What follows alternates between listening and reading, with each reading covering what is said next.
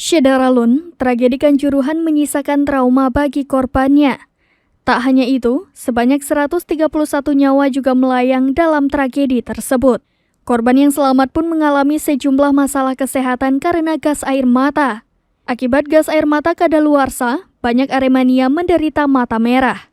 Mata merah dampak dari penggunaan gas air mata kadaluarsa menjadi bukti betapa mengerikannya tragedi Kanjuruhan. Setidaknya itulah yang dijumpai pada korban yang didominasi dari Aremania alias pendukung tim Arema FC.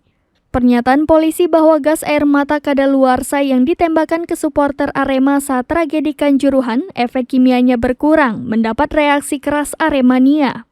Aremania menantang polisi mencoba sendiri gas air mata kadaluarsa itu dalam kondisi yang sama ketika tragedi Kanjuruhan terjadi.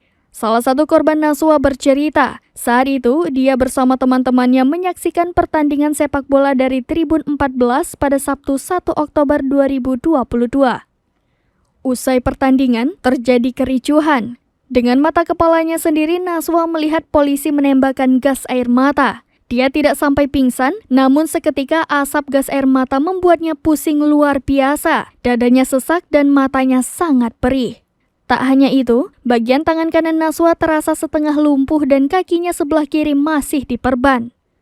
Seperti diketahui, sebelumnya Kadifumas Mabes Polri Irjen Dedi Prasetyo mengakui gas air mata yang ditembakkan saat tragedi Kanjuruhan itu sudah kadaluarsa sejak tahun 2021. Dedi Prasetyo menjelaskan gas air mata memasuki masa kadaluarsa, maka kadar zat kimianya justru semakin menurun. Kedua mata Aremanita bernama Kevian Naswa Ainur Rohma berusia 18 tahun masih memerah. Padahal sudah 10 hari berlalu semenjak matanya terkena gas air mata dalam laga Arema FC melawan Persebaya di Stadion Kanjuruhan, Kabupaten Malang, Jawa Timur.